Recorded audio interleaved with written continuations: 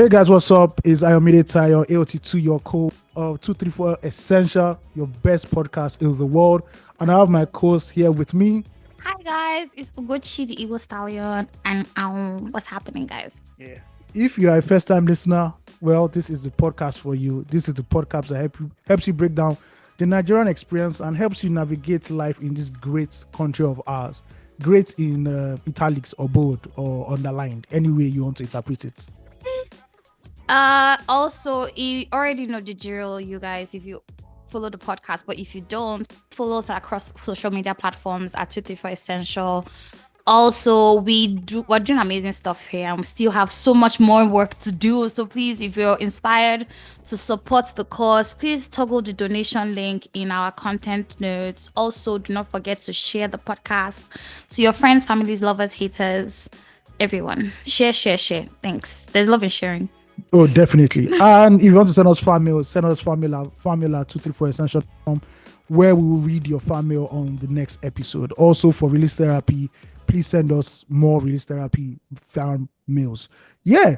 And today promises to be an exciting episode. Like I said, if you're a first time listener, welcome, welcome, welcome. We have over 200 episodes for you to binge listen to on any platform you listen to your podcast. And yeah, and if you're an old-time listener, you know the drill by now. Another wonderful episode of your favorite podcast. Yes, guys. Today is the guest. We have a guest on the episode. I'm super excited because this conversation has been in the pipes for a long time, and she's such a visionary as well. Just an amazing human being, to be honest, and has done great things in her career and her life, and also is Nigerian, which is most important. And today we have a guest on the podcast. Her name is Okpe Adebanjo, and Okpe Adebanjo is a Harvard Law School educated lawyer and legal technology expert. She's passionate about law and artificial intelligence, legal innovation, and non-traditional paths in law. Okpe often advises students and lawyers on how best to leverage their legal expertise in the 21st century. She's the author of the book, The Food Lover's Guide to Law. Raised in a Nigerian American home, Okpe loves inspiring the next generation to write their own stories. Her most recent fiction debut novel called this is called The League of Style, and today we'll be talking about everything Okpe is happy and excited to talk to us about. Hi, Okpe Adebanjo. How are you doing? Welcome to Hi 234 guys. Essential Podcast. Hi guys. So good to meet you. Good to see you. Good to connect. Excited to chat today. Great. This conversation has been long in the works, okay, honestly, and we were super excited when we got the notification that we're going to be having a conversation with you because 234 Essential is the podcast about the Nigerian reality, and this is covering Nigerians either locally here in Nigeria or in the diaspora, which you are. I don't know. Would you like love to just give us a tidbit about yourself so that we can our listeners can get to know you a bit more, and then we dive into the conversation proper. Definitely. Yeah, excited to chat today. And I think it's such a great platform for it just because there's so many conversations happening, whether it's chatting with my friends, chatting with my cousins, just chatting with folks about what it means to be Nigerian in this day and age, right? Whether you're in country, whether you're in the diaspora, what it means to be working, to be striving, to be, trying to be your best self, but also trying to navigate all the things that make us unique. And so I've done that in my unique way through law, through fiction, through literature, through stories, which is my passion, what I love to do, but always excited to chat with other folks about what they're doing to be their best self and wherever location they are. Fantastic. How what was it like for Okpe growing up? What is who is Okpe and what was the journey and where is Okpe right now? It's a great question. It's a big question. Where to It start? is. Yeah, so I grew up in the US. My family relocated here when I was younger. Actually, I was born in the UK. moved to Nigeria for a little bit, and then moved to the US. So much of my experience has been stateside. But as most, Nigerian Americans can attest, it's like it's always a dual conversation. When you're in school, you're in the US, but when you're home, you're in like little Nigeria and you see your family Mhm. and the way your community is set up. And so there's always a conversation that you're trying to navigate as a little kid that you don't really have the language for, but just who are you? What's your identity? How do you navigate these kind of two cultures? And for a lot of Mhm. us, and I'll speak for myself, it came through music, through fashion, through food. That's where there was that kind of difference or that kind of, Mhm. uniqueness about who I was. And so Mhm. I gravitated towards those things, and those became, my favorite things to do is, dress in certain ways or to eat in certain foods or learn how to cook certain foods. And that carried into my professional career as well as I started to write. And once you become a writer, you're always thinking about, okay, what experiences can I draw from in my life? And that kind of that unique identity, that unique kind of dual nature to how I grew up became front and center as I started to write as well. But who is up and now? I think that's a great question. Always evolving, but I do feel like there is the unique time that we're in. I think as young people that there's a lot of opportunity to do something different. I went to law school, so folks asked me about that, and okay, are you practicing lawyer? And actually went into becoming a writer and becoming an entrepreneur and doing things a little bit differently based on my passion. So I feel like taking a non-traditional route, taking a route that maybe isn't the Mhm. expected route, has Mhm. been again a part of that idea of navigating who I am, what is, my identity when there's so many different cultures, so many different influences that you can draw from. Cool. You mentioned while answering this question that you moved to Nigeria briefly. Can you recollect any experience, even though it was a short, like I'm guessing it was like a short stint of growing up Yeah. in Nigeria at that time? Yeah, I was really young. I was really young. So I was like baby age. But I do remember that one thing that was a bit of a challenge was that I actually got really sick when I was little. So maybe less than a year old, I got caught something. I might have been eating something or just like playing in the ground or something, and got really sick. Ended up having to go to, hospital and stay for there for a while. And I know for my parents, that was a really traumatic experience, a really stressful experience that, this little baby that they brought, they wanted to, have her be part of this country, this experience. And for me to get sick, it was very scary for them. But I did get better. I did get, was able to navigate through that. And so that was my first experience as a young little like kid was that was a Mhm. place where I got sick. And I think that memory was a negative one. So as I got older, as I became an adult, I was like, I want to rewrite that. I want to, have my own stories of Nigeria. And so Mhm. going back and visiting and hanging out with friends and seeing the Nigeria that maybe isn't always portrayed, one that's a little bit Yeah. more of, today, which is young people just navigating life. I think that's been more of my recent memory. Yeah. Cool. So from there, you moved to the States, and obviously you grew up there, education and all that. So how did you navigate being an American and at the same time having Nigeria as part of your heritage and culture? Mm. It's a good question. And I think it's such an interesting one because there's everybody's story is different. But there was this moment, I'm curious if you guys or remember this, but like there was this moment, I feel like in like 2014, 2016, kind of that early period when Afrobeats really started to kind of become a lot more known globally. I was early. Mhm. Yeah. Obviously, it's gotten more so now. But for us in the diaspora, I can speak for myself, is that was such a big moment when I remember my auntie came and she was like, "Oh, yeah, have you heard the song by P Square?" And like just like Mhm. the old stuff. And it was just like, oh, okay, this is different from what we hear at school, different from what we hear in when we're hanging out with our friends. And it was the first time when I was like, oh, this is Nigerian. This is Nigerian, but this is young. Because at that time it was like there's Nigerian stuff, but it's like our parents' stuff and like Yinka, Efele, and like all these like kind of older generation music. But this is young. This is sounds like us. And so gravitating towards that and being like, oh, like this is something I can listen to, I can bop to. And so getting involved in, organizations in college, things like that. Like the Nigerian Students Association at Harvard, for example, was a group for literally folks like myself, folks who had grown up in the US or grew up in the diaspora, or grown up in Nigeria, who had come to Harvard and wanted to navigate what it looks like to bring that side of your culture into your work and into your education. So I feel like it was something where folks had to kind of choose to opt in, right? There's options to opt out, but to choose to opt in and figure out how to navigate that, there was no perfect answer. But being engaged in things like the music, the culture, the fashion is a great entry point for a lot of folks to start to Yeah. ask deeper questions about, what's going on, how are things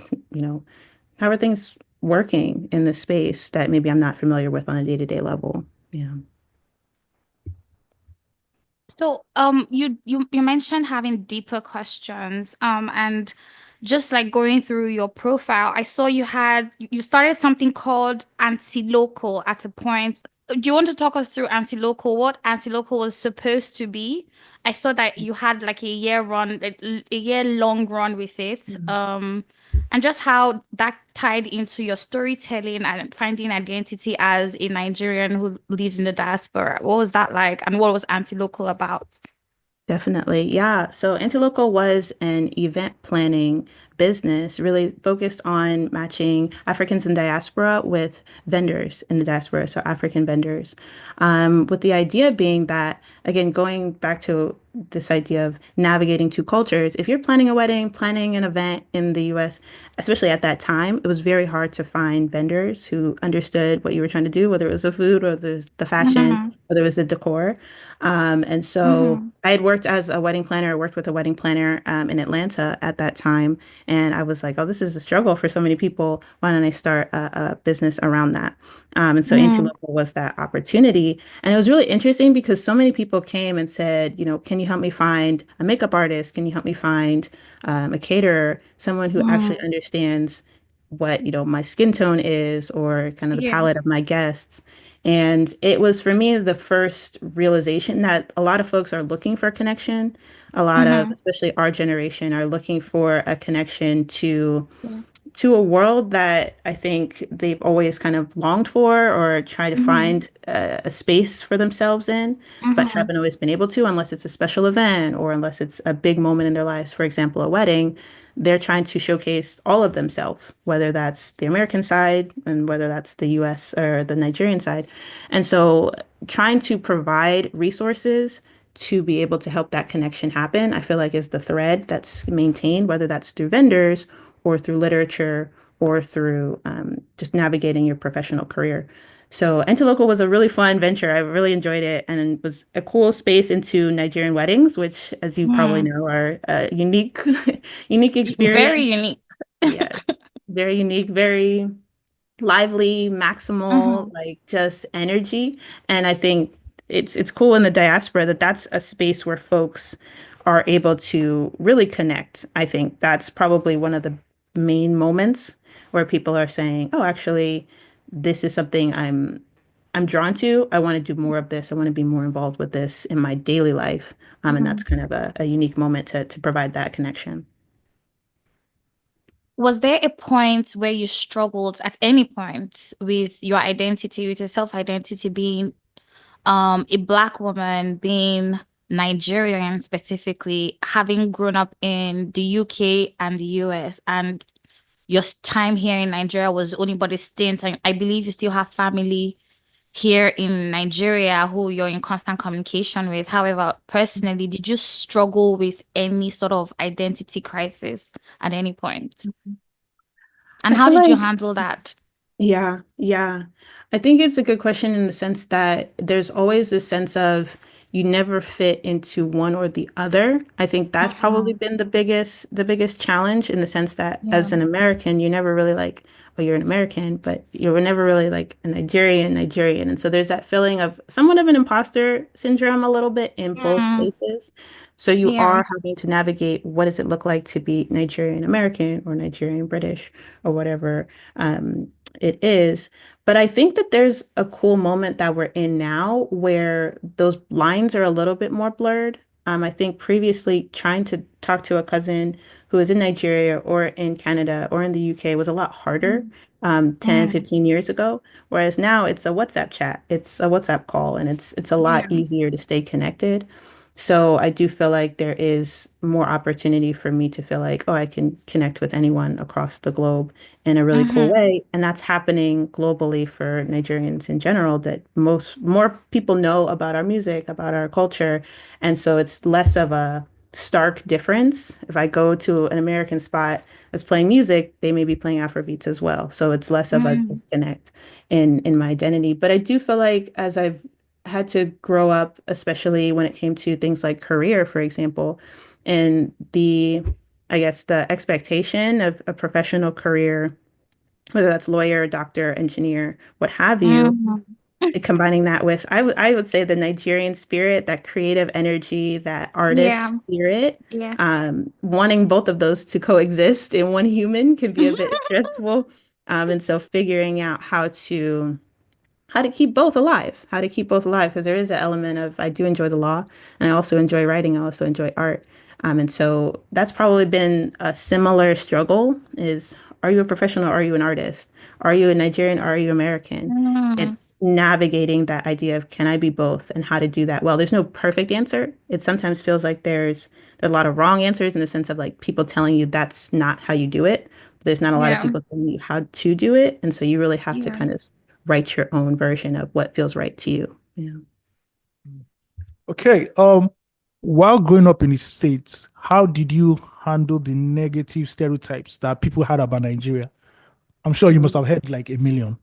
I mean, yeah, it definitely comes up and not always in the best light.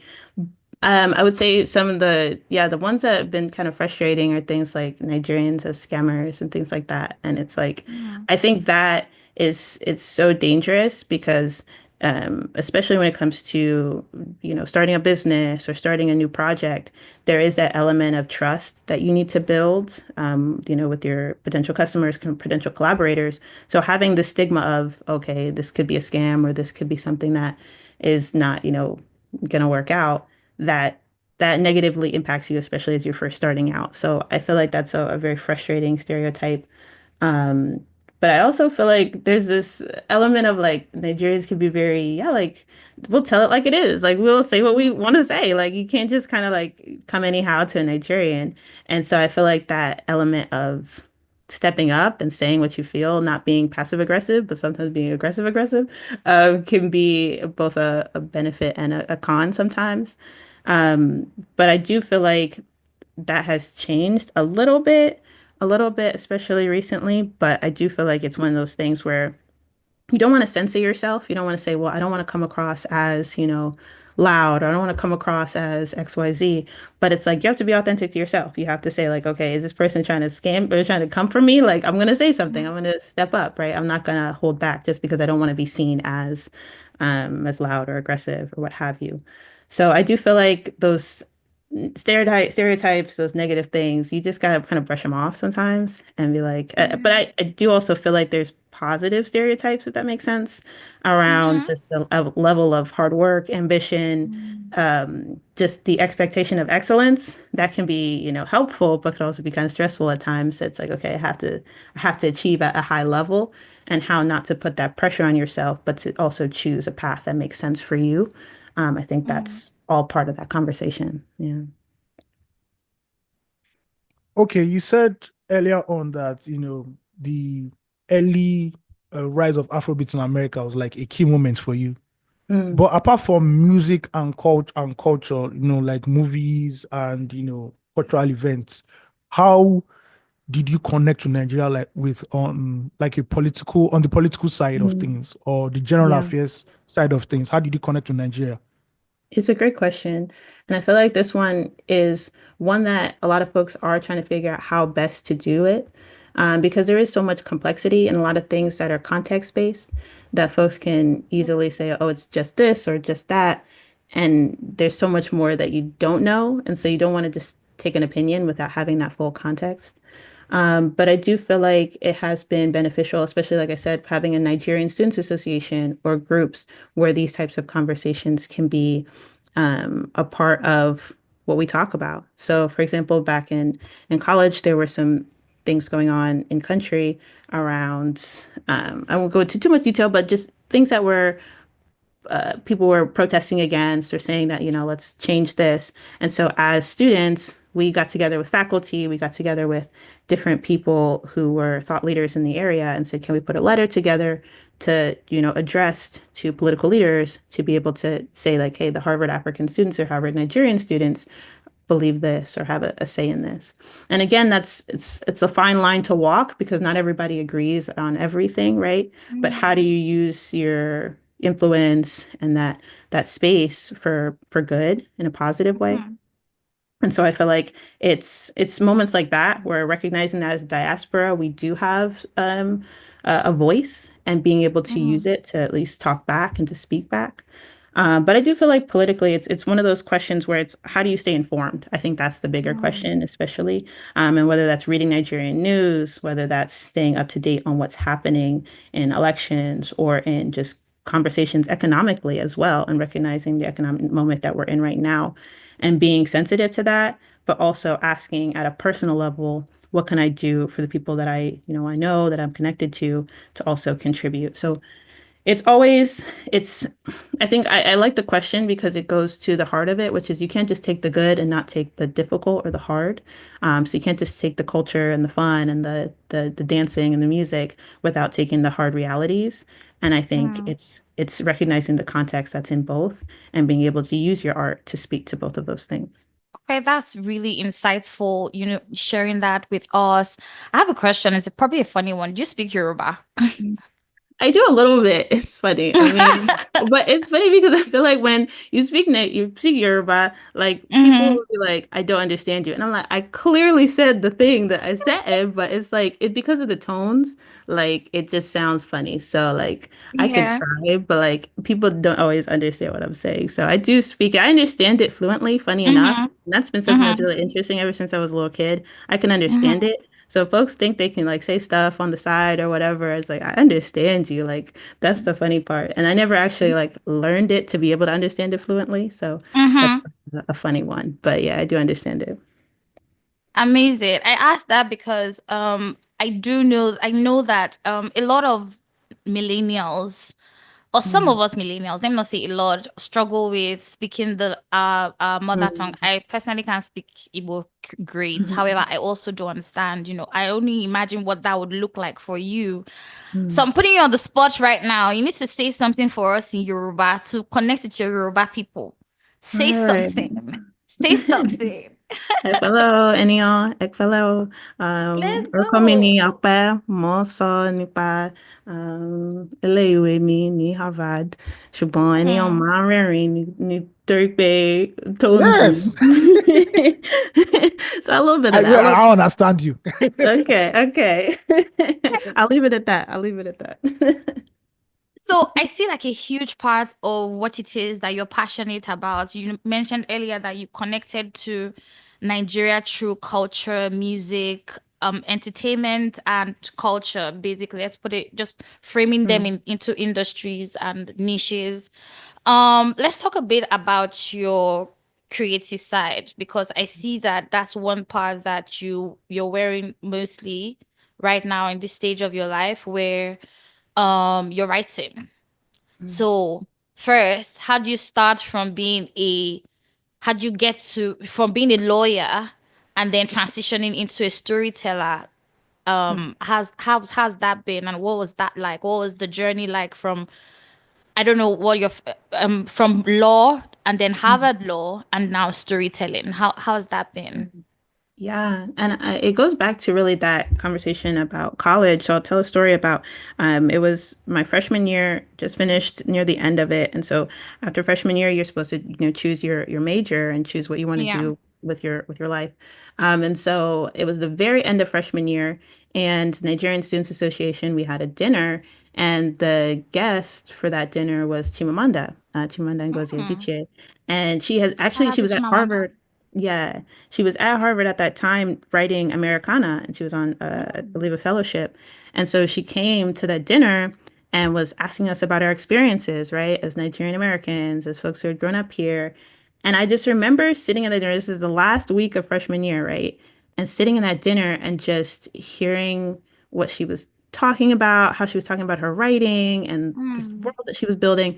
And I remember in that moment sitting there and be like, that's what I want to do. Like that, like whatever that is, like I want to do that. And at the time, had been planning to study sociology and go to law school. And I just had this mental shift where I was like, I want to write. I want to be a writer. I want to engage with African literature because that just is such a Mm. space that feels so rich to me. And so at that moment, literally switched my major in that moment. And so came Yeah. back after the Wow. summer and studied African literature. And African literature is such a cool space because it is so diverse, right? There's so many languages in African literature, whether it's Mm. Anglophone, Francophone, Indigenous, Yoruba, Igbo. There's all kinds of stories in African literature. So it seems like it's this one big thing, but it's so many different things. And studying it academically was really fun, really interesting, and allowed for I would say a deeper knowledge of just the history. There's so much history that's a part of everyday conversations that we're having right now, right? That we have either missed or folks just don't know about. A lot of history that's just in our parents' heads or in our grandparents' Mm. heads that's really not written Very anywhere. true. And so these conversations, it just helps you understand yourself better and understand the Mm. moment that we're in so much better. And so for me, that experience of studying literature was so powerful that even after going to law school, I went to Harvard Law School, studied, typical legal subjects, contracts, Mm. criminal law, all that kind of stuff. But I knew even as I was pursuing a professional career, that literature was home, and that's really where I wanted to come Mm. back to in my career. And so started writing a couple years out of law school.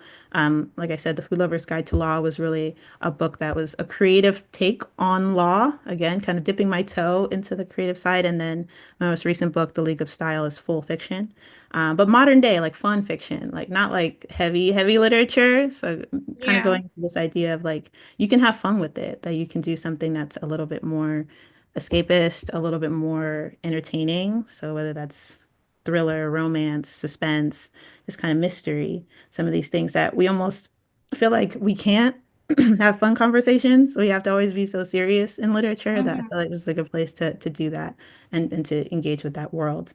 But I do feel like there is still that element of lawyer in me, right? So it's a mystery. So there are elements of investigation and kind of Mm. deeper questions. And so all of that comes together in an artful conversation, which is a little bit different from an Mhm. academic conversation. So some of Yes. the things that are too heavy to kind of talk about in a serious way, you can joke about, or you Mhm. can kind of create funny scenarios that help people see that deeper truth.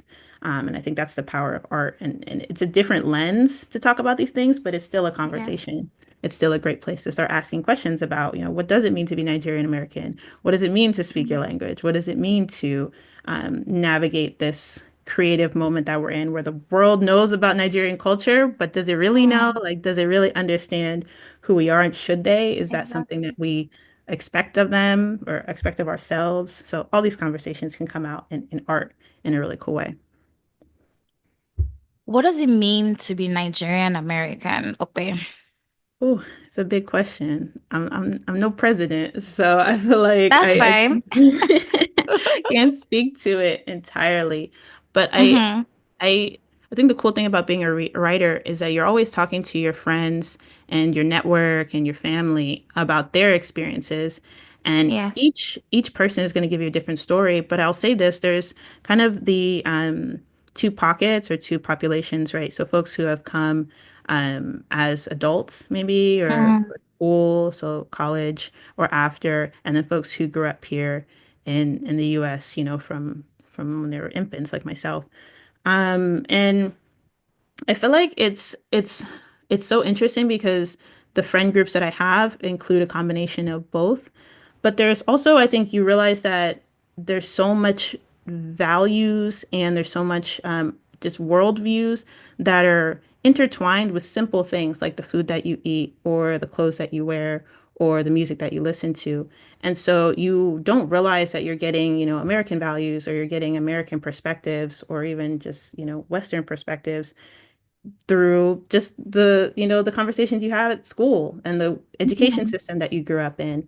And that is, a unique experience of maybe you've grown up in the US and you understand how, Americans think, but then you have Mm. Nigerian culture and values also pushing back on that and saying, okay, what does Exactly. it mean to which one is correct or not correct, but which one is one Mm. that I believe? What is it that I think is the true north of the way I want to live my life? Whereas maybe for someone who came here as an adult, some of those worldviews and those values have already been set through growing up in a Exactly. Nigerian education system, right? Or growing up Mm-hmm. Nigeria. So maybe a good example, I'll make this more concrete, is just a sense of community. Mm. So I feel like whenever I go to Nigeria and I'm there, there's a sense of like people come first. Like we will take the time to sit and have a conversation or take the time to, even when you're at the grocery store and you're checking your food, they're chatting with you. You're Mm. having a bands, like you're talking a little bit more. Mm-hmm. Whereas in the US, there's a little bit more of that distance of, well, that's a stranger. I don't know you. And so Mm. I'm with my nuclear, like closer people that I know. And so I see that when folks who have come here from Nigeria, who grew up in Nigeria, come to the US, especially students, and when I was at Harvard, I would find that Mm-hmm. they would be surprised how people didn't have as much time for each other. Like Mm. it was studies first, class first, instead of like, hey, let's just sit in lunch and just chat. Let's just talk. Let's Mm-hmm. catch up. And so I feel like I saw a lot of students in my school go through periods of, mental health issues or depression from that loneliness, from that disconnection to other people. And so for someone who's, maybe grown up in that and is used to having distance, having used to having almost arm length relationship with people, how do you, when Mm. you go to Nigeria, have all these people talking to you and catching up and wanting to get to know you, and there's a fear, there's a sense of, can I do that? Is it okay to talk to strangers? Like, is it okay to do this? Is it okay to make time for people, even if it means my work doesn't get done or this, deadline doesn't happen? I'm getting to know people. I'm getting deeper into Mm. relationship and community. And so as an adult, I would say as a Nigerian American, you're always navigating that conversation of what is my priority, right? Is it the work? Is it the hustle? Is it the grind? Or is Exactly. it the people? Is it people? Is it spending Mm. time with my community? Is it engaging with people and having these deeper conversations about what I'm going through, what I'm struggling with, and a deeper sense of community than I think is known here in the U.S. So Yeah. I think that it's great to have both, have a balance of both, but to also Mm-hmm. recognize that there's no perfect answer, but you have to choose for yourself where your priorities are and live that out. Mm. I think that makes for a meaningful life. Yeah. Fantastic. So, okay, you spoke earlier about you coming to Nigeria to discover Nigeria on your own, to just to Mm. counter the first experience you had in Nigeria. What was the first culture shock you had, coming into Mm. Nigeria again as an adult? Ooh, first culture shock. I mean, this one's kind of funny, but I feel like just the toasting. I don't know. Maybe it's just me, but I feel like guys in Nigeria, they're real friendly. So they definitely want to, chat you up, catch up. I'm like, okay. So I feel like that was something I was not expecting. I feel like it was it was flattering, of course, but it's also like, oh, this is a different level of engagement. So I feel like navigating that was kind of funny. But I think as an adult, I feel like some of the cool things that were kind of positive culture shocks were just the friendliness. I know that sounds like I keep mentioning it, but the friendliness, like people want to chat and laugh and joke and like I said, you can be buying, a ticket to a movie and the person who's, giving you your ticket is laughing with you, making jokes, banter, like it's just a level of familiarity, even though there isn't that, like, even though I don't know you. I think that was like oh, that's it, it makes you feel seen in a way that's really cool, like in a funny way too, because sometimes, like, for example, I was in Nigeria in December and I was trying to buy something from somebody on Instagram or something like that.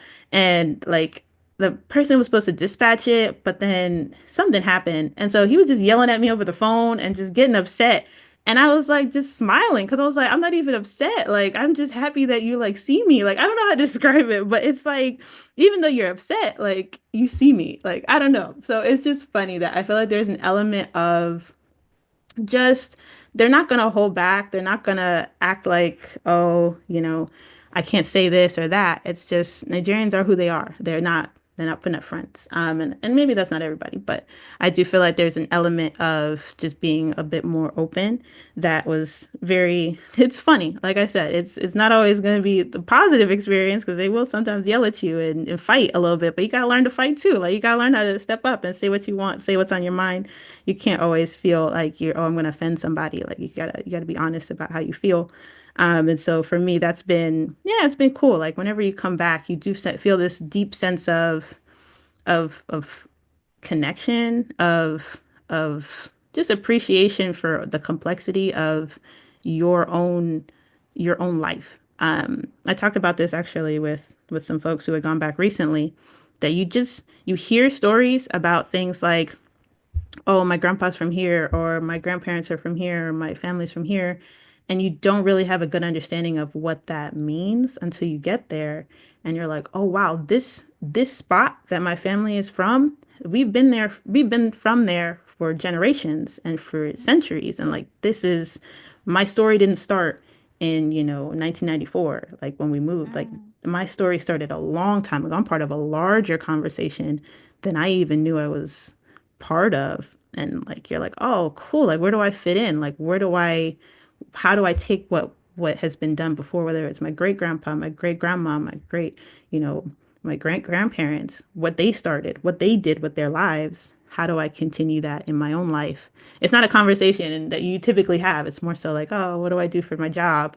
What career, tech or, marketing? Like, but there's a larger conversation that you're a part of, and you just feel like, oh, wow, I didn't know that was there for me to engage with. Cool, cool.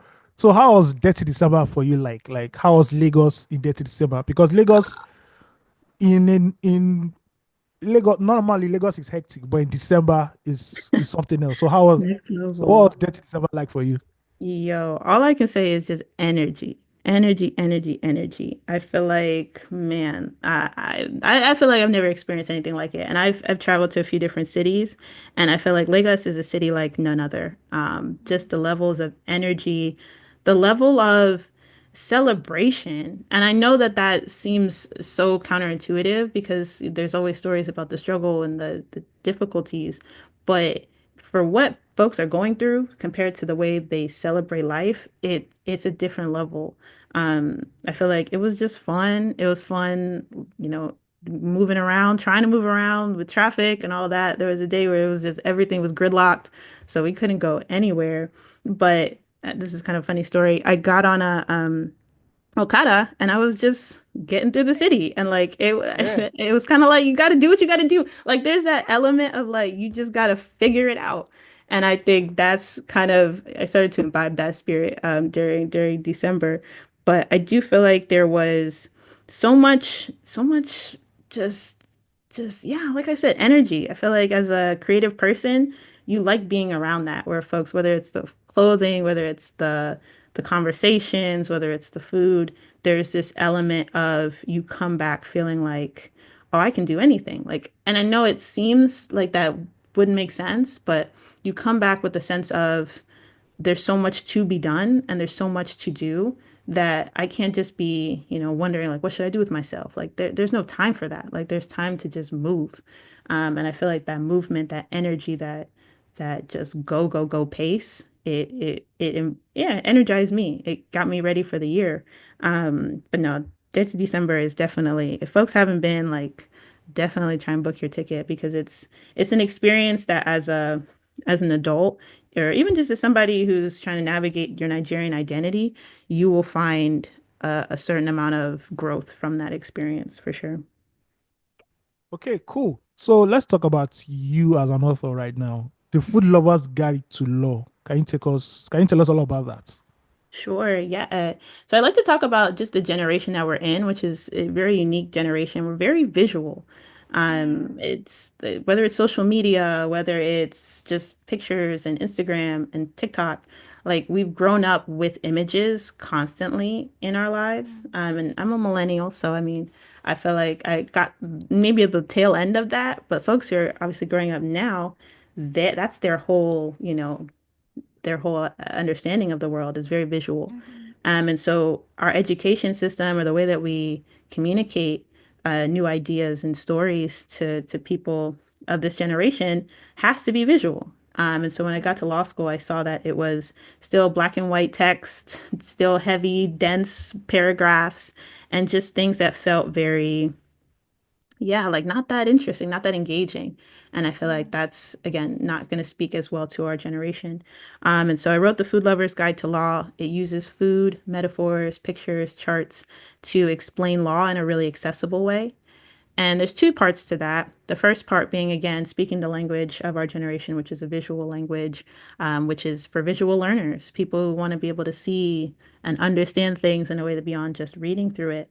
But then two, I think it's saying to people who maybe look like me or who have a similar identity, Black women, women, minorities, like people who are not seen as your traditional lawyers, that there's a place for you, that there is a place for you in the law, and that you can have your own experience learning the law in a way that fits how you think and how you feel. Mhm. And I think there's such an important, going back to the question about how do you engage with politics or even some of the more difficult realities in Nigeria, I think it's also recognizing that your professional career shouldn't limit you, that we need Mhm. lawyers. We need, people who are trained in some of these fields to fight for important topics and for fight for justice. And so the more lawyers we have, the more people who see themselves as potential lawyers, I think that has a big impact on the future that we can see. And Mhm. so writing a book that's written to them, to the girl who's like, I could never be a lawyer. I don't think that way. I'm like, nah, I got you. Like big sis got you. Like we'll chat through it. We'll talk through it in a way Let's that's very go. easy to understand. Yeah. That's amazing. So you're a lawyer and a foodie, apparently. Yes. Yes, yes, yes.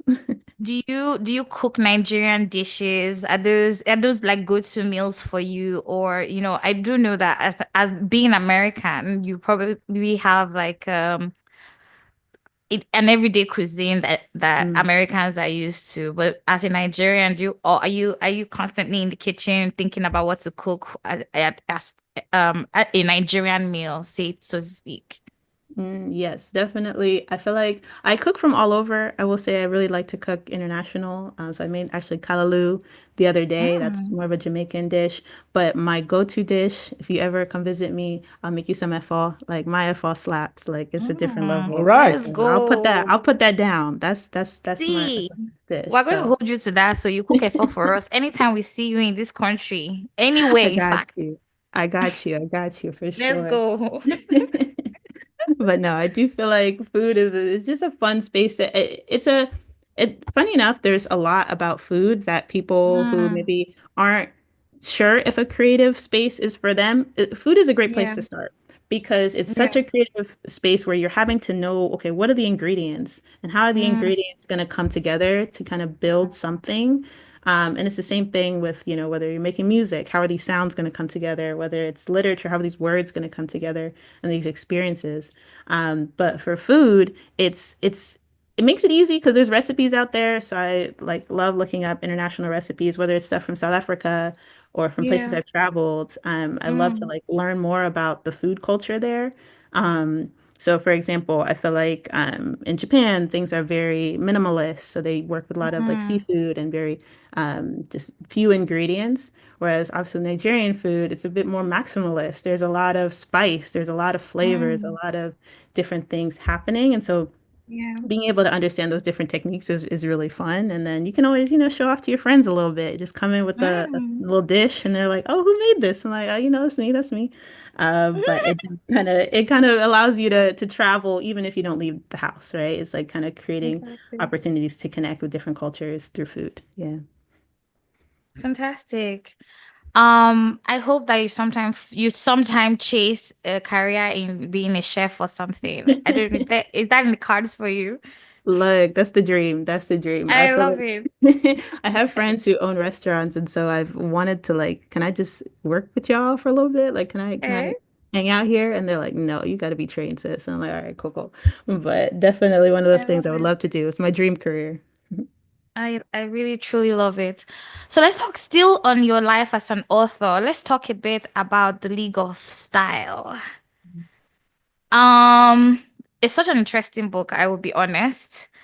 Um, we did have a look at it, and I promise you that the first few pages, I was like, when the protagonist of the story, Shade, gets into Nigeria, and I'm like, this is not the Nigeria that we know, but because not in that sort of way, because it just seemed like she could get around Lagos so quickly without traffic. There was no hustle or bustle in a sense. It seemed like seamless Lagos. However, we know it's a fictional book. But let's talk about the League of Style. What inspired the League of Style for you? What was the state of mind, and how much of the League of Style reflects your own personal life as well, or your own personal story? Sure. Yeah. I think it goes to the question actually about growing up Nigerian American. There's always that narrative of Nigeria that you kind of get, which is, the typical African narrative of their struggle here. And I Yeah. remember chatting with a friend and one of my close friends, and she grew up in Ikoyi, and she was telling Mm, me about her experience there and just like the social world and the high society and these events and all these things. And I was like, I've never heard this before. I've never heard of this world. Like, this feels very different than what is typically showcased, right? mm, And I was like, it had so many similarities to to like Upper East Side New York to an mm-hmm. LA to, different places, global centers. And I realized like that's really where Lagos is becoming this global center, this global city. And that's Mm-hmm. really where it's happening. And obviously there's complexity there. We'll talk about that. But I wanted to be able to understand what would it look like to tell a story from somebody coming into that world and the realities there and all the interesting things that are happening in, high Yes. society, in fashion, in this Mm, entertainment space where like we said, the story starts in 2016 when all of a sudden some of these things are becoming more global. There's more awareness there. What does that look like? What does it look like to navigate dating in that, learning, different things about yourself when you're in that space? And so the League of Style really came about from this story of wanting to write a diaspora story, wanting to write about mm-hmm. characters who are from all over. Sade grew up in Nigeria, moved to Paris, moved to Europe, kind of bopped around, and then is now coming back. Whereas her twin brother grew up in Nigeria and stayed in Lagos, and that's really where his reality has been. Amazing. And so there's all characters from all over. There's a character is half Ethiopian, half Nigerian. Characters who grew up UK British. So like it's just what does it look like to have a diaspora story in African literature? I don't know if that's Mm, necessarily always been showcased. And so wanted to write about that, but also just something that was very interesting in the fashion world. Like we've kind of talked about, fashion is really a center for story and it's a booming mm, industry and there's so much narrative in garments, so that's something that people don't often talk about, that there's storytelling happening, there's values being passed through story. yes. We talk about, for example, ashoke, like the idea that you Exactly. get ashoke, it represents so much more than just a fabric. It's a Mm, community, it's a connection. So for example, exactly. at my book launch for the League of Style here in Atlanta, we had this Ashoke circle. And it was basically Ashoke, it was a balloon circle, but then there was Ashoke tied around the whole thing. Different colors, very Oh. vibrant. But they were all from my mom and all the different parties she's been to, events she's been to, friends that she's supported. Mm, And so folks who came to the book launch were like, oh, that's this one's, 50th birthday. Oh, that's this one's wedding. Oh, that's this one's this. So there was so much story and community in garments, in fabric, mm, which is like I don't have any other, collab or other comparison to be able to tell such a rich story in just a small piece of I would say of physical tangible product. In that same way, fashion is a space where yeah, we're navigating what it means to be modern, what it means to be traditional, what it means to Exactly. navigate different influences. So to put that in literature, to put that in books, I feel like that's something that's different. I hope that people will see that that's something that is available to us, that literature doesn't have to be a very serious space. It can be fun. It can be about Exactly. drama. It can be about high society. It can be about mystery, but it can also be about some of these larger questions in very entertaining ways. So that was the intention behind the story. Great. So, are you working on another book right now? That's the thing. So the legal style is a series. So this was the first book in the Ooh. series. So if you got Amazing. interested, you got excited about it, then there's so much more to tell because these characters are really they're our age. They're in their 20s. They're in their, Mhm, mhm. like they're millennials, they're Gen Zs. They're trying to navigate things and figure things out. The premise of the story is that it's a private investigation firm pretending to be a fashion blog. So their main public image is that they're a fashion blog, but they're really a private investigation firm that's investigating mysteries for their wealthy clients. And so the rest of the series is about the different mysteries. So what are they investigating? What's the next case?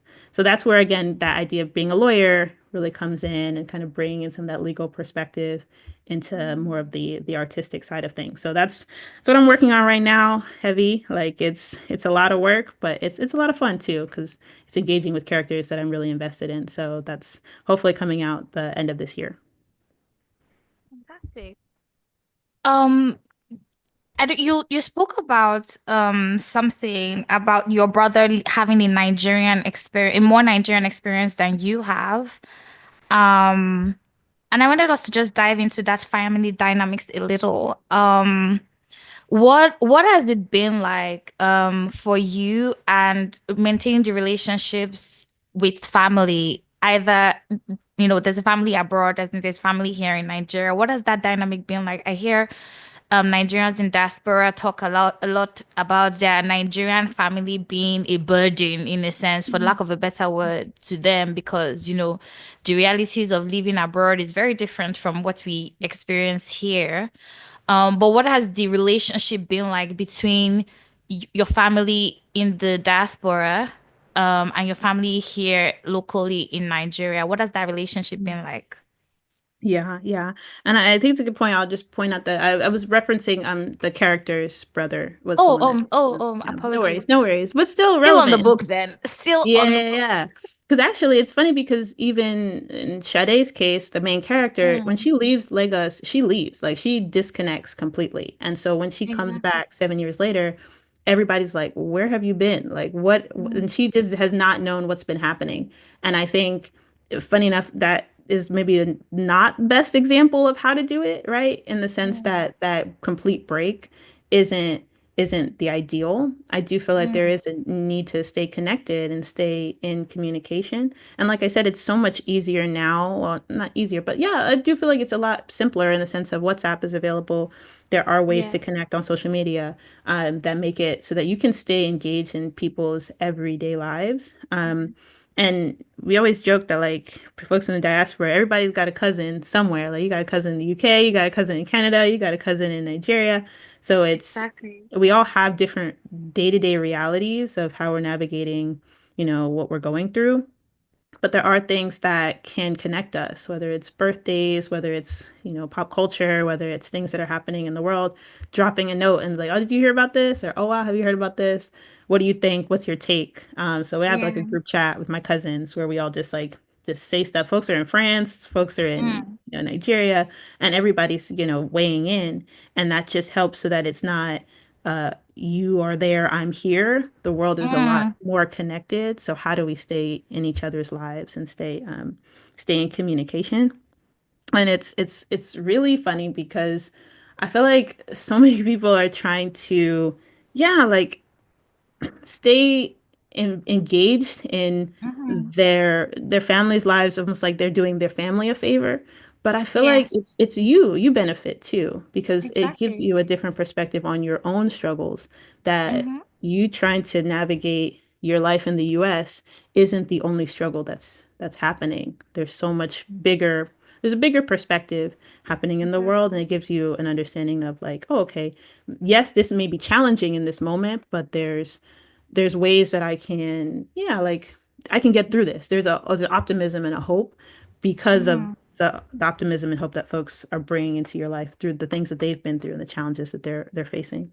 But yeah, I do. I try to call my cousins. I try to reach out to them. My cousins are younger, some of them, so they don't have phones, but I try to call their parents and like check in with them because that to me is another piece of it is that you as mentor to some of these Mm. to these young kids, especially, man, like they look up to you in a way that I didn't realize until I went home and I went to my family's town and they were like, oh, like tell us what, US is like, tell us what Atlanta's like, tell us about this Mm. rapper, tell us about this, pop culture person. Like I know them. I'm like, I don't know these people, but I do feel like I think it's interesting that, and maybe this is just my perspective, but I feel like we in the US don't realize how much Nigerians know about us.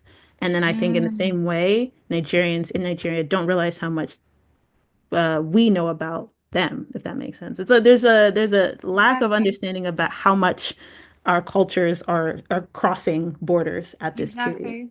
I know my cousins would be like, "Oh, do you know who Rema is? Do you know who Davido is?" I'm like, "Yes, clear. Like you guys, this music is traveling. Like it's not. This is not Exactly. new stuff. We have more of a common language than we think, and so Mm-hmm. I think maybe that's something that folks can do is find areas of just like you would have a friend here that you always talk about, the same show, and then you catch up Yeah. about that show have that Yeah. same thing for folks in your family in Nigeria. It's like, okay, what is the thing that connects us? What is the thing that we have in common? Let me check in with Exactly. them once a month, once a week about that thing to keep that Mm-hmm. conversation going about, yeah, things that are in your everyday life. Okay, cool. So you've spoken about food, fashion, African literature, music. What about Nollywood? Like, what's your favorite Nollywood movie? If you're into Nollywood. Favorite Nollywood movie. I do. I love watching Nollywood. Really, so this is really random, but the movie Night Jack Christmas. I don't know if you guys saw this one. It was on Netflix. Yeah, I've heard of it. Yeah. So so funny. I watched that with my whole family and we were cracking up. We were cackling. That one was a really, really good one. And I feel like it's Netflix makes it a lot more available. There's also ones on YouTube. So I definitely try and keep up with the different movies out there. I find them really interesting. I like Nollywood movies because there's an element of like just laugh out loud. I feel like I laugh more when I watch Nollywood than any other type of movie because Nigerians are Yeah. funny. I don't know if y'all know y'all Funny. funny. Like y'all are hilarious people. And so I just feel like everybody's just a low-key comedian. And so there's so many opportunities to just be to crack up. And so yeah, I do really love Nollywood movies for sure. I was gonna talk a bit about fashion. You did Mm. mention Ashoke in your conversations, during the launch of your book, The League of Style. What was the Ashoke representing for you at the time? What did it mean to you in terms of representation at your book launch?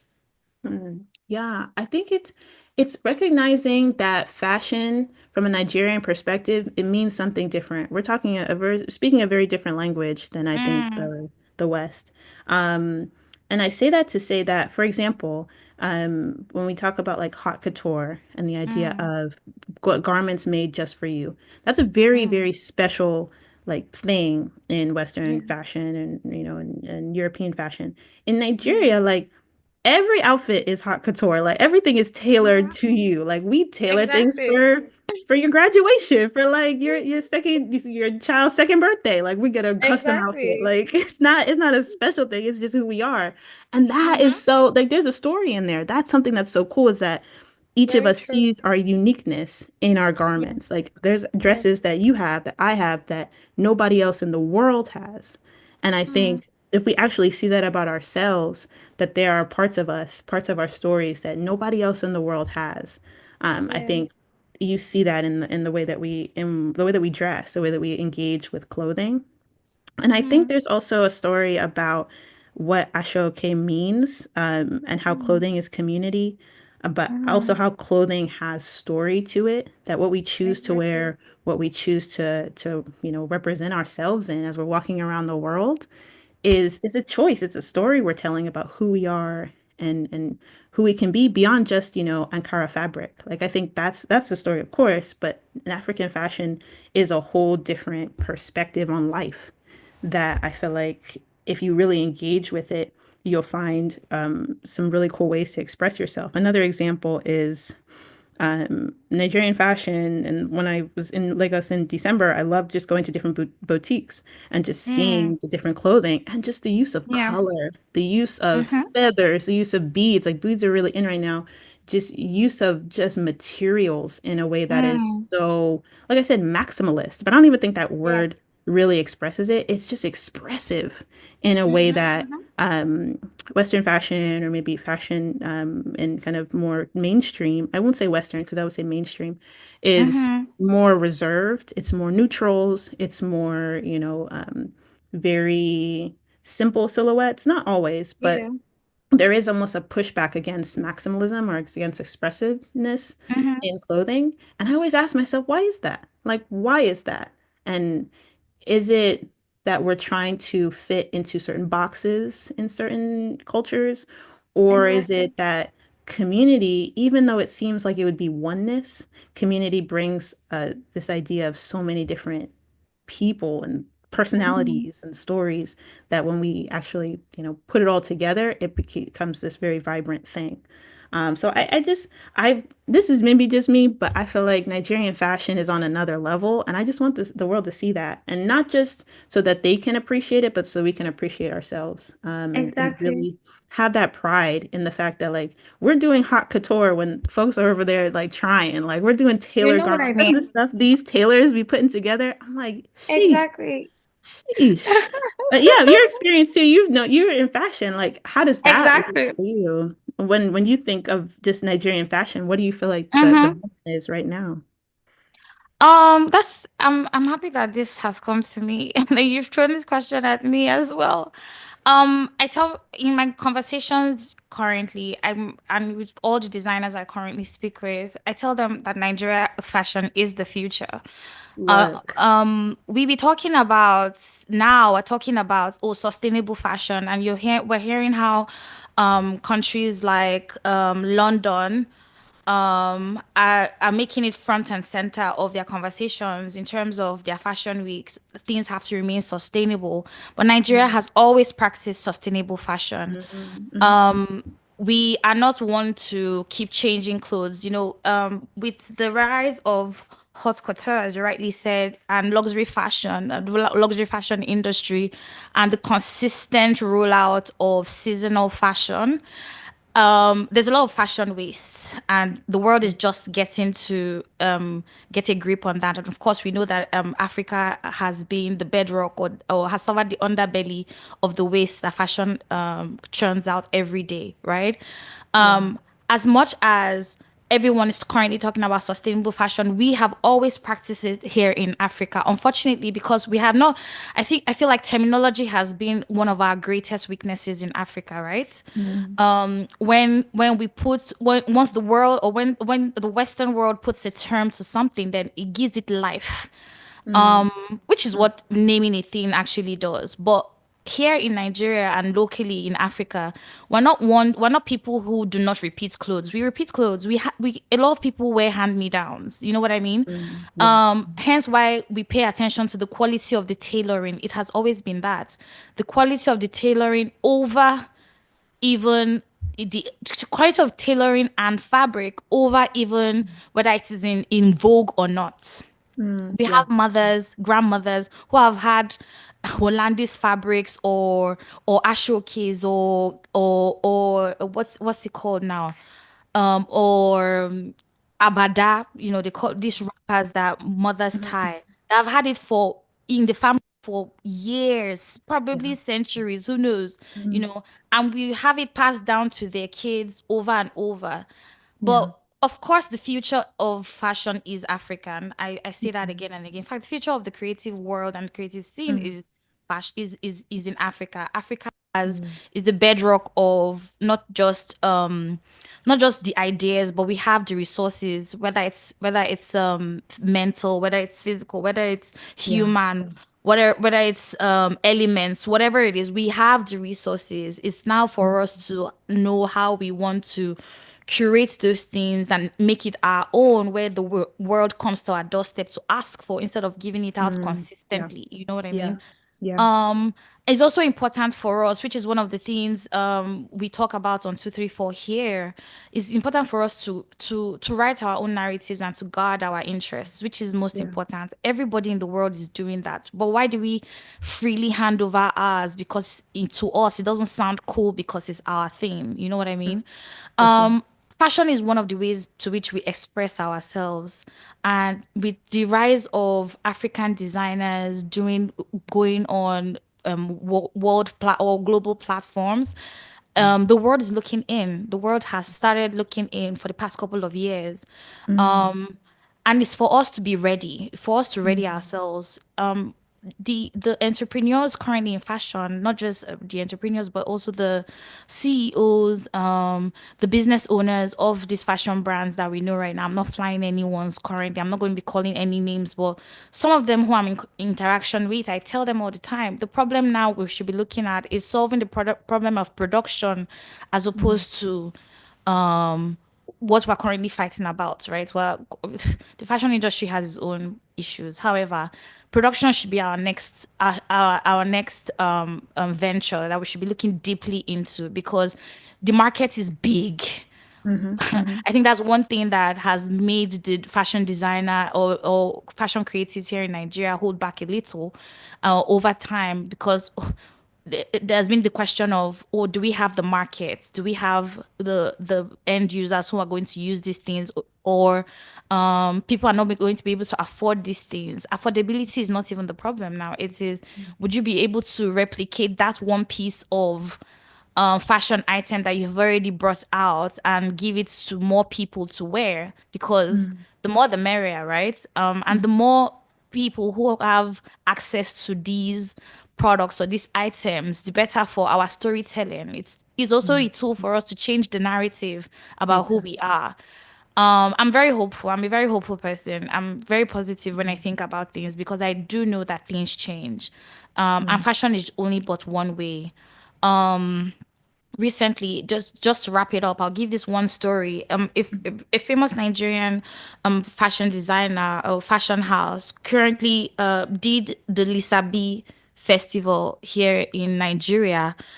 The Lisabi festival, I understand, or I gather, is supposed to be about a what's it called, a hunter in Ogun State. And they've celebrated him over the centuries or over the years. And being that this fashion house is owned by an Igbo person, there was a lot of fights or mm, clashes between people online talking about, oh, how can an Igbo person be telling a Yoruba story? Why do we forget that, first of all, we are Nigerian before we talk about our mm, ethnicity? You know what I mean? And mm, why can't an Igbo person tell a Yoruba story if the person is properly informed? mm, I feel we still have those push here and there, but we're not focusing on the bigger picture, which is we need to tell the stories, whether it's through mm, fashion, whether it's through our movies, whether it's through our music, whatever it is. We should be sending the word out and balancing out the narrative. So yes, fashion is definitely one of the tools for Africa, if you ask me, on the global stage. And mm, the sooner we mm. harness it better, the better for us in general. But yes, fashion is the future. African fashion is the future. Yes. So many good points. I totally agree, and I think that's why I wanted to center a story in the fashion industry because Mm. there's so much happening there. There's economics, Mm-hmm. there's Mm-hmm. art, Exactly. there's so many pieces, and even there's law in there. There's intellectual property and Oh what it looks like to protect yes. your work.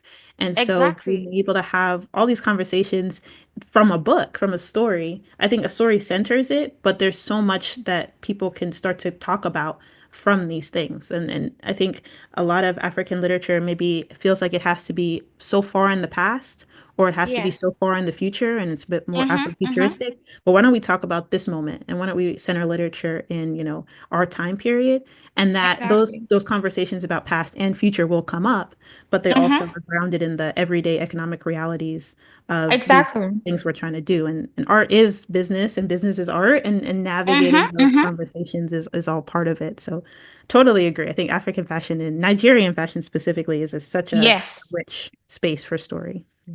100%. Let's talk about it more when you're ready though. We're very happy to Would love to.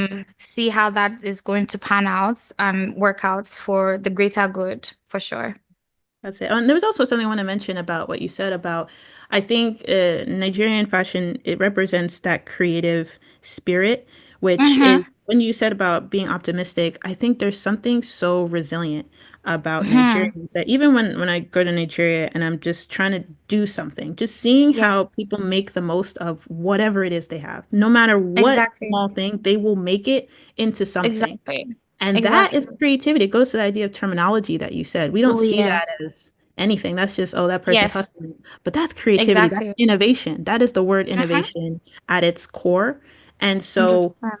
the biggest piece of innovation you could do is how to harness that and allow folks to benefit from that, whether that's intellectual property, whether that's Mm-hmm. business laws that allow people Mm-hmm. to benefit from their own creativity. I think that's Exactly. it's yeah, it's a world that's so much more rich in creativity than we give it credit for. Yeah. 100%. And we're starting the conversations is already illuminating on the different opportunities that already even lie in there. So the sooner we get in, the better, you know. That's it. That's it. Um, I think one thing more I'd like to touch on is tech because I see that that's one thing that has come up at various times during this conversation, and I know that even as a person, you are interested in tech. Do you want to talk a little about that before we um probably get to round up and get to the end of or call it a day? Let's talk Definitely. about your relationship in the tech space. Yeah, happy to. And I think this goes back to idea of a professional career path and Mm-hmm. choosing that. So for lawyers, most of them go into a law firm and then will, practice for, however many years. But when I graduated, my first job out of law school was at a tech startup, was at a legal AI Mm, company. So doing yeah. AI for contracts. And Mm, for a lot of many, many reasons, that was just the ideal job for anyone who's aspiring entrepreneur is starting in a startup because you see what it's like to be in a young business, be in mm-hmm. a young company. And I think if you come from corporate, you think that companies are just magically these super organized and super effective vehicles. But startups show Yes. you that it's messy. Like starting something new is messy, and Oh, even yes. if it's not perfect, don't beat yourself up. Like it's gonna be Mm-hmm. messy for a while until you get systems in place, until things start to work. So Very true. going into tech, I was able to see that world, and it's so funny because I started at in AI right around 2020. And Mm-hmm. so you all know like ChatGPT and some of these, more, I would say consumer facing AI came out in Mm-hmm. like 2021, 2022. So right before it became kind of AI became the talking point. Mm-hmm. And just seeing how much AI has accelerated so many of these conversations, whether it's protecting your art, whether it's, what it looks like to learn and to be in education through AI. It's a powerful tool. It's a little bit of a scary Yeah. tool, but I do feel like conversations intersecting with, African futures, African industry, Yes. Nigerians, like that is a whole world that's ripe for Mm-hmm. more conversation. So how I do that through, for example, the League of Style, there are visuals in the book and they are Yes. generated through AI. And I generated Love them it. myself and created them myself. So I always saw myself as both a writer, but then also this element of visual art and what it looks like to be thinking about AI art, AI generated art. What does that look like to Mm-hmm. protect and also to own AI art? But the coolest Okay. part was that where you would typically see description in books and kind of folks having long paragraphs about, what Lagos looks like, there are visuals in the Mm-hmm. book where you can actually be transported right onto the Lekki Ikoyi Bridge or right Mm-hmm. into Victoria Island. And I did Yes. that again, going back to the idea that our generation is very visual and Yes. what it looks like to engage with conversations about AI, what it looks like to have visual art, what it looks like to portray African fashion in a Yes. book, in literature. Yes. All of these Yes. are all parts of the conversation. And so Mm. sometimes, like I said, it seems messy, but there is structure in there. There is Yes, a there narrative in is. there, but there's also a piece for everybody. Like if you're really Very interested in tech, true. this is a space for you to engage with. Part of the League Mm-hmm. of Stylists, they are a private investigation firm that has a lot of tech, and there's a little bit of Mm-hmm. surveillance aspect. So how do they do that, and what are the laws around that? How do they do that ethically? Yes. So I feel like tech is a space, and maybe I'll end with this, is that it's a space for Mm. everyone. One thing I found when I was trying to navigate my career into going to a startup it's like, oh, as a Black woman, as an African woman, is that a Mm-hmm. space for me? That's, for engineers or that's for men or that's for this. Exactly. But as long as it impacts me as a consumer, then Yes. I have the right to be in those rooms and to be in those spaces that are Yes. creating these technologies that are going to impact my life. So I feel like Yes. for the engineers out there, the STEM folks who are, interested in that, or even people who are maybe Mm-hmm. humanities who don't see themselves as techies, it's a world that's Mm-hmm. available to you. You can bring art and tech and law all together. Yes. Don't limit yourself based on what you think you Mm. should be, but really see that the whole world is connected more than ever. And so your career Yes. can have those connections as well. Yeah. That is amazing. I'm so happy you talked about that. It hit me at a very personal spot as well because defining a thing can be very difficult sometimes, especially when it's new and you feel or you're the first person chatting the part on that Mhm. thing can be really Yeah. difficult. So just hearing that from you just makes me even happier that okay, create as much as you can, think about the name later, but start creating. That's it. Thank you That's it. so much, Okwe, for this Thank you conversation. very much. So of We've course. had such an amazing time. I don't know if you have anything else to add for to the conversation. No, I mean, it was great No? chatting with you guys. Honestly, I really appreciate just chatting. I think Same. it's so great, again, having these conversations, diaspora and folks at home. Yes. I think one thing I will say about the League of Style Mm-hmm. that has been really incredible, and I want to encourage others, is the League of Style was written by and with Nigerians on the continent, Mm-hmm. in the country. So from Mm-hmm. the editors to the Mm-hmm. formatters to the marketers, like everyone who was a part of researchers was all Mm. people in Nigeria. And I really find Amazing. that important because especially folks in the diaspora who are thinking about creative projects or even Yes. businesses. There's so many Yes. ways to engage with talent in country. Yes. Finding that it's a Zoom call, it's a Google Mm. Meet call, it's a WhatsApp call. Yes, there are, challenges, connections Mm-hmm. sometimes, Mm-hmm. but Mm-hmm. that work doesn't have to be locally where you are. You can be working across the world now and really engage with that. There are so many incredible Nigerians who just have so much talent out there and to be able to engage with them in the creative projects that you're doing, I highly, highly Yes. recommend it. You're going to get the best bang for your buck because Nigerians come with another level of creativity and innovation. And I'm very grateful for the folks who have worked on this book. I want to shout them out as well because it's not Yes, easy, please. not easy trying Yes. to hustle and to do great work with challenges that we're Yes. facing. But I feel like every step Yes. is a step in a positive direction. So encourage folks to keep at it, don't give up because it's worth it. Yeah.